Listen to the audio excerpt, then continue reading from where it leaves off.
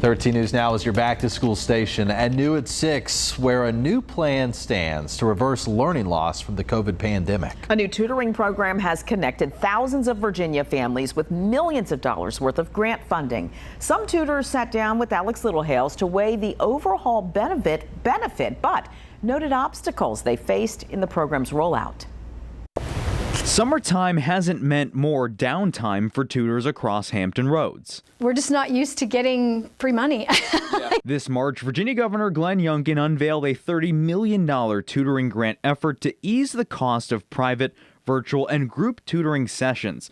Here's how it works. Each student accepted receives exactly $1,500 toward tutoring services.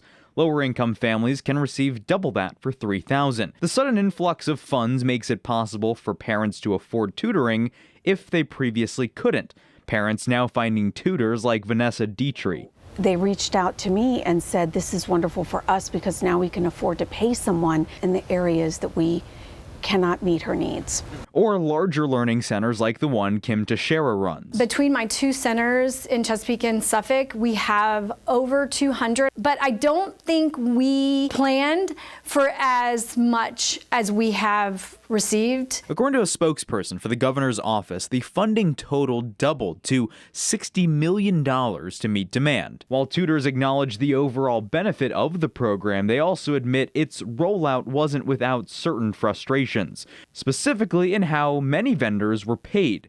Businesses are paid on a reimbursement basis after a tutoring session, from a process started by an individual parent's invoice. This process can mean some tutors go weeks without being paid for their services. Anywhere between 4 to 6 weeks before I'm getting paid. Half of May and then all of June between my two centers that were unpaid. When that first deposit dropped, it was about $40,000 or $50,000. So $1,900. I mean, that's a mortgage payment for a lot of people. They also cite poor communication efforts between the Department of Education and the approved vendors. I just don't even bother calling the liaison. I have not gotten anything in terms of an email, hey, vendor of the grant, we just increased it by $30 million. I only learned that by watching it through the news. DOE data shows across the Tidewater region there are more than 400 approved tutoring vendors in this area. Hundreds of tutors and small businesses who will have to now wait until the program runs into more money since it's already run out. I think that maybe they didn't take into account that it was going to be so incredibly popular. I'm not sure how you can not know that when you're offering parents funds to get help for their children. I'm Alex Littlehales for 13 News Now. And a spokesperson for the Department of Education says the department has now resolved the reimbursement issues.